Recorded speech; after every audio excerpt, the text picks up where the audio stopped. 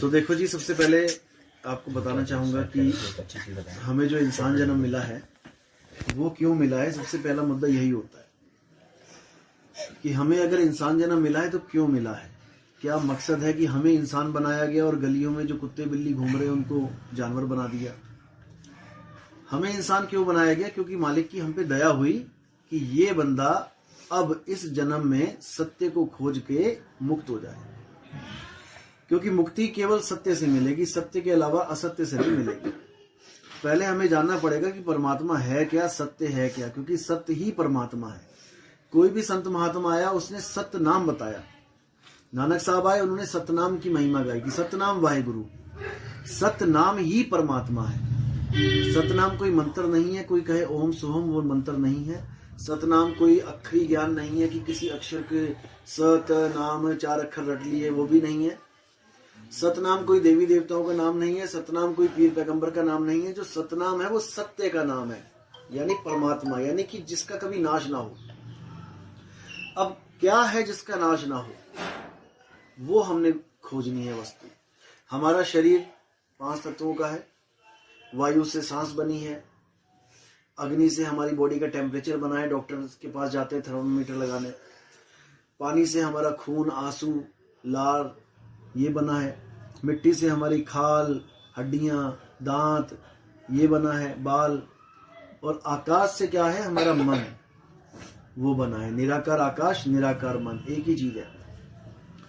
अब इन्हीं 5 तत्वों में हमने क्या करना है? हमने सत्य को खोजना है कि इन 5 तत्वों में तो कोई सत्य है नहीं।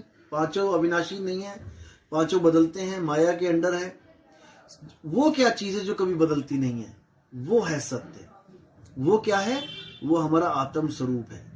एक होता है जीव आत्मा। फिर समझ लो, कई लोग मुझे कहते हैं आप आत्मा को ही क्यों बोलते हो कि आत्मा परमात्मा जैसे।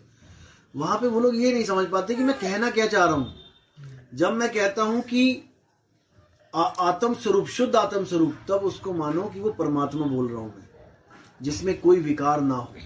जब मैं कहता हूं कि आ रहे हैं जा रहे हैं, तो समझ जाओ कि मैं जीव आत्मा की बात कर रहा हूं। 2 प्रकार, एक जीव है और एक आत्मा है।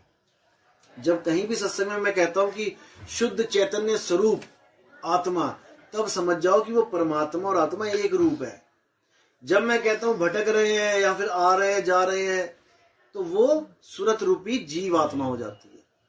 सुरत क्या होती है? हमारे शरीर का जो, हमारी आत्मा का जो ध्यान है, उसको सुरत कहते हैं। जैसे मैं यहां बैठा हूं और मेरा ध्यान दीवार में है, तो मैं यहां पर भी हूं और मैं वहां पर भी हूं। मैं दोनों जगह काम कर रहा हूं। यहां पर मैं अचल हूं, बैठा हूं, कहीं चल नहीं रहा हूं, लेकिन सुरत के रूप में मैं पूरा देख रहा हूं। कभी छत पे जा रही है, कभी कहीं जा रही है, कभी। तो सुरत जो है चलायमान है। आत्मदेव अचल है। आत्मदेव कभी चलता नहीं है, वो एक जगह टिका हुआ है। जैसे घड़ी की सुइयां चलायमान है, लेकिन घड़ी की सुइयों के बीच में जो कील लगी है, वो कील एक जगह स्थिर है, वो आती जाती नहीं है, वो कहीं नहीं चलती, वो एक ही जगह टिकी है। उस कील की वजह से ये तीनों सुइयां घूम रही हैं। तो इसी तरह हमारे आत्म स्वरूप की वजह से मन भी भाग रहा है, माया भी भाग रही है, सुरत भी भाग रही है। आत्मा से ही ताकत ले रही है। आत्मा की ताकत अगर खत्म हो जाए तो ये सब कुछ खत्म है। इसी आत्म स्वरूप को जानने के लिए संत महात्मा हमें प्रवचन करते हैं कि तुम सत्य को जानो। सत्य क्या है? हमारा शुद्ध चैतन्य आत्म स्वरूप ही सत्य है। और जो हमारी सुरत है ये अविनाशी है। इसको जीव बोला गया है, इसको सोहंग बोला गया है। ओम क्या है? ओम है हमारी काया। ओम काया मरमर जाए, सोहम फिर गोता खाए। यानी ओम काया मरमर जाए, ये शरीर सबका मर जाएगा एक दिन। ब्रह्मा विष्णु महेश कोई भी आया इस दुनिया में, वो सदा के लिए नहीं रह पाया। वो एक दिन शरीर छोड़ के चले गए। उनकी सूरत क्या? उनकी ध्यान की अवस्था जहां तक थी, उनकी सूरत वहां पहुंची। जैसे कृष्ण जी आए यहाँ पर मृत्यु लोक में, लेकिन उनका धाम बताया जाता है गोलोक। गोलोक तो यानी वो यहाँ बैठे बैठे गोलोक तक की साधना की उन्होंने। तो सूरत यहाँ पे भी काम कर रही थी उनकी, और गोलोक में भी। यहां से गई और सीधे गोलोक में पहुंच गई। तो कबीर साहब क्या कहते हैं कि किसी लोक की साधना नहीं करनी है, आस भी नहीं रखनी है मन में कि मैं किसी सतलोक में जाऊंगा, अलख लोक में जाऊंगा, अनामी लोक में नहीं जाना। कहीं किसी स्वर्ग में नहीं जाना, किसी गोलोक में नहीं जाना, किसी शिवलोक में नहीं जाना, कहीं नहीं जाना। कहां जाना है? शब्द में। अब वो शब्द क्या, ये बोलने वाले शब्द नहीं, वो शब्द है उस अखंड नाद को बोला गया है, वो अखंड धुन को बोला गया है, जिस धुन के द्वारा ये सारी धुनें निकल रही हैं। हमारे मुंह से जितनी भी आवाजें निकल रही हैं, ये उस धुन की वजह से निकल रही है। जैसे आपने देखा होगा कि जो लाइन चलती है करंट वाली, बिजली की तार 33,000 वोल्ट 50,000 वोल्ट खेतों में जो होती है, तो उसमें एक आवाज चल रही होती है, चर चल ही रही है, वो सिंगल तार भी बज रही है आपस में।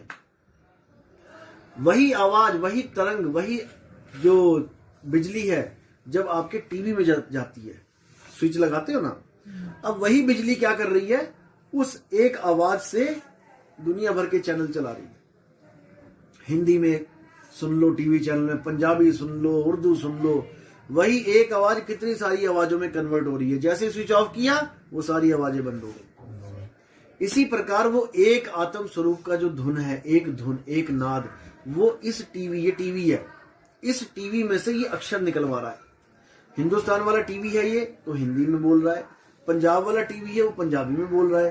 कोई अंग्रेज है, वो अंग्रेजी में बोल रहा है। जापान जापानी में बोल रहा है। यानी कि वो एक आवाज इतने सारे अक्षरों को पैदा कर रही है। अब इतने सारे अक्षरों को पैदा कर रही है, वो ठीक है, लेकिन हमें इन अक्षरों में नहीं उलझना है, क्योंकि ये हमारे शरीर के द्वारा ही बोले जा रहे हैं। अगर मैं कहता हूं कि हरे कृष्ण हरे राम, तो ये मेरे शरीर के द्वारा बोला गया, ये वो नाम नहीं है जो अखंड है, ये खंडित हो जाएगा। जैसे हरे कृष्ण हरे राम, यहां पे रुक गया काम, उसके बाद फिर आ जाओ हरे कृष्ण हरे राम, हरे कृष्ण हरे राम, तो ये हम बार बार बोल रहे हैं, हम तोड़ के फिर जोड़ने की कोशिश कर रहे हैं। एक नाम खत्म होता राम, माँ पे खत्म हो गया, राम दोबारा जपने के लिए दोबारा बोलना पड़ेगा, यानी वो खंडित हो गया। तो इस तीन लोक में, तीन लोक की बात कर रहा हूं, तीन लोक में अखंड नाम कौन सा है? अगर आप एक आवाज अपने मुंह से निकालते हो लगातार, वो अखंड है। लेकिन कब तक? जब तक आप उसको बोलना बंद ना कर दो, तब तक वो अखंड है। जैसी आपकी हवा खत्म हुई शरीर की, वो भी खंडन हो गया। वो कौन सा आवाज है?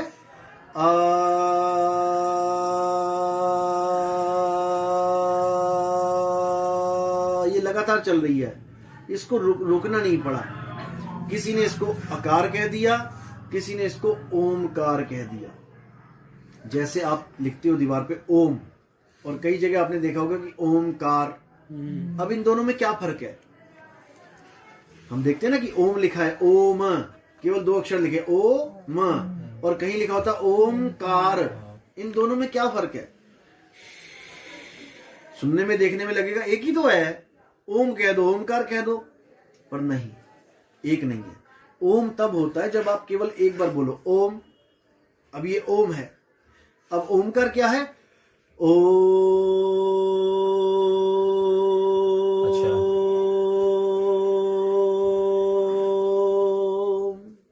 अब ये हो गया ओमकार, जो तीन लोक में आवाज गूंज रही है इसकी।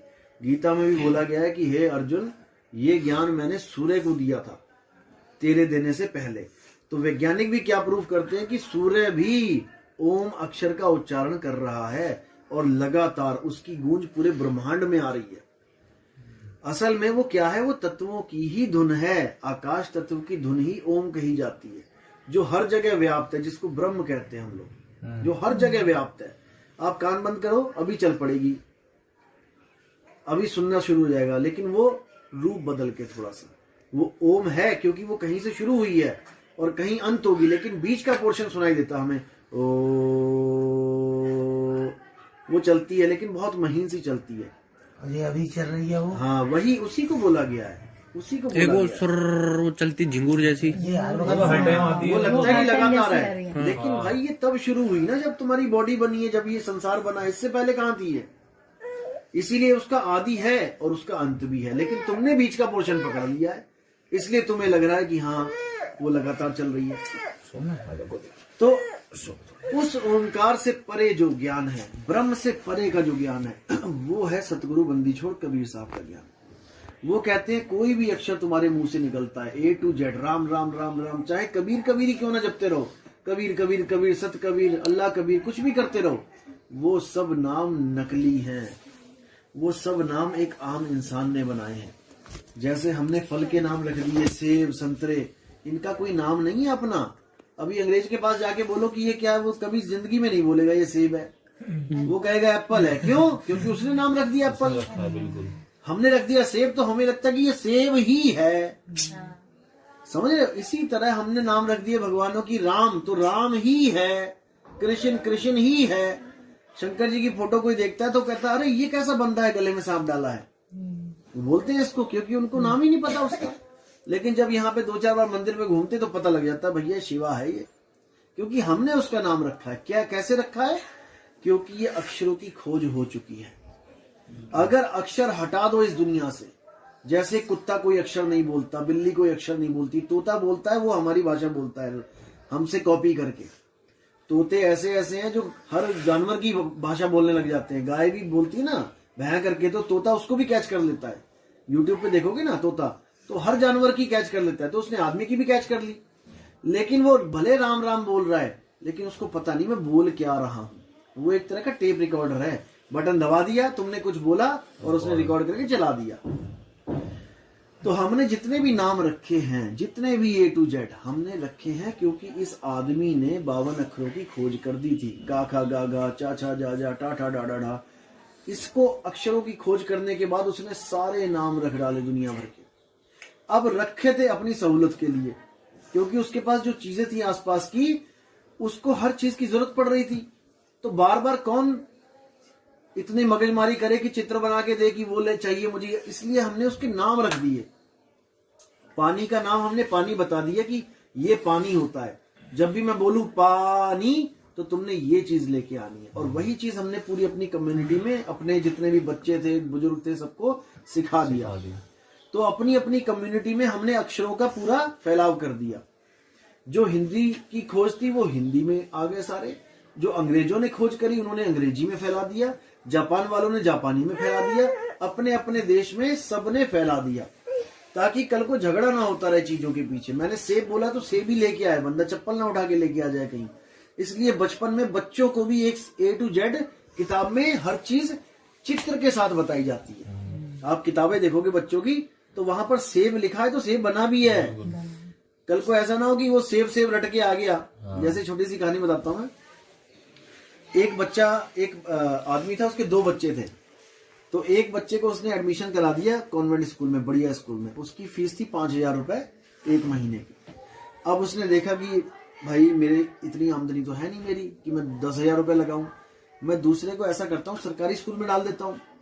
तो सरकारी स्कूल में जब उसने डालने गया तो वहां पर जो फीस थी वो थी सारी 500 रुपए। कहता कमाल हो गई, बहुत बढ़िया। तो 5000 वाला रख लिया उधर, बच्चा डाल दिया, और 500 वाला इधर हो गया। लेकिन जो 500 वाला भी जो टीचर था ना, वो बड़ा आलसी था। वो ज्यादा मगजमारी नहीं करता था बच्चों के साथ, सरकारी था। तो जब वहां पे पहले दिन बच्चे गए और पहले दिन जब वो अपना स्कूल में सीख के आए, घर आए वापस, तो पापा को बताया उसने, पूछा हाँ बेटा क्या सीखा आज तुमने? तो दोनों बच्चे शुरू हो गए, A for apple, B for bat, C for cat, D for dog. तो पिता हैरान, कहता कमाल हो गई, ये प्राइवेट वाला भी वही बता रहा है और ये सरकारी वाला भी एक सी बात बता रहा है। यार इससे अच्छा तो मैं दोनों को सरकारी में डाल दूं, उसको मैं 5000 क्यों दे रहा हूं फालतू में। लेकिन फिर वो सोचता है कि यार ऐसा कैसे हो सकता है, कुछ तो भेद है। वहां 500 क्यों है, वहां 5000 क्यों है? परीक्षा ली जाए इनकी। तो क्या कहता है कि बेटा फ्रिज में जाके एप्पल लेके आओ। अब जब वहां पे जाता है वो एप्पल लेने, एक तो उठा के ले आता है और दूसरा खड़ा देखता रहता है। फ्रिज अलग अलग थे दोनों के। अच्छा। वो अपने फ्रिज से ले आता उठा के, वो खड़ा देखता रहता है क्या लूं इसमें से, क्योंकि बहुत सारी चीजें हैं। तो कहने का मतलब वहां पर चित्र के साथ पढ़ाया जा रहा था। A फॉर एप्पल, ये है एप्पल। B फॉर बैट, ये है बैट। और जो सरकारी वाला था वो किताब खोले बिना, हाँ बेटा बोलो A फॉर एप्पल, जैसे 2 का पहाड़ा करते हैं। तो उनको रटवा दिया उसने, लेकिन वो ज्ञान नहीं दे पाया। किताब खोलने का उसने मेहनत नहीं करी और वो रटवा दिया केवल। इसी प्रकार हमने क्या किया, हमने जितने भी अक्षर थे उसके द्वारा हमने क्या किया, चीजों के नाम तो रटवा दिए, दुनिया को बता भी दिया। लेकिन हमने एक गलती क्या कर दी, हमने भगवान के भी नाम रखने शुरू कर दिए। बस ये गलती हो गई हमसे।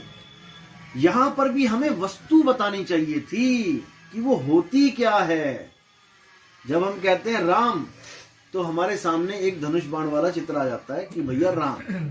हम कहते हैं दुर्गा तो हमारे सामने एक चित्र आ जाता है दुर्गा। हम कहते हैं कृष्ण तो हमारे सामने आता है कृष्ण। अब हम कहते हैं परमात्मा, अब किसका चित्र आया तुम्हारे सामने? अब किसका चित्र आया? किसी का भी नहीं आया। यही गुप्त भेद है। कबीर साहब कहते हैं यही बताने आया हूं इस दुनिया में, जिसका कोई रूप नहीं है, रंग नहीं है, उसका भेद बताने आया हूं मैं तुम्हारे पास। मैं किसी शरीर की पूजा करवाने नहीं आया हूं। इसलिए उन्होंने शरीरों को और उसके नामों को बिल्कुल खंडन कर दिया कि नहीं करना है। नाम है तो शरीर है, शरीर है तो नाश है, क्योंकि किसी का भी शरीर अजर अमर नहीं है। लेकिन शरीर अजर अमर ना होते हुए भी आत्मा सबकी अजर अमर है। गीता के अध्याय 2 में यही बताया गया कि हे अर्जुन, केवल आत्मज्ञान को प्राप्त करने मात्र से तुम मुक्त हो जाते हो, तुम अमर हो जाते हो। जो तुम बार बार गर्भ में आ रहे हो, जा रहे हो, कभी लड़का बन के आ रहे हो, कभी लड़की बन के आ रहे हो, पता नहीं कितनी बार तुम किसी के माता बन गए, पता नहीं कितनी बार पिता बन गए। क्योंकि कई लोग सोचते हैं कि मैं लड़का हूं तो मैं लड़का ही बनूंगा बार बार। ऐसा नहीं है भाई। पता नहीं कितनी बार तुम्हें लड़की बना के यहाँ पे घुमा दिया इस दुनिया में, पता नहीं कितनी बार लड़का बना के घुमा दिया, पता नहीं कितनी बार तुम पति बन गए, कितनी बार ये पत्नी बन गई, कितनी बार ये पति बन गए, कितनी बार तुम पत्नी बन गई। इसी चक्कर में सारे उलझा रखे हैं। इसलिए साहिब ने क्या बोला? गुरु पशु वेद पशु नारी पुरुष विचार, ते नर नरक को जाएंगे जब लग ससी दिनकार। वेद पशु और गुरु पशु, जो लोग ये मानते हैं कि मैं तो बस वेदों का अध्ययन कर लूं या गीता का पाठ कर लूं, जैसे कई लोग मरने वाली हालत में होते हैं तो लोग क्या कहते हैं? गीता का पाठ कर दो, गीता पढ़ लो, मुक्त हो जाएगा। तो कहते हैं नहीं, वो वेद पशु हैं वो लोग।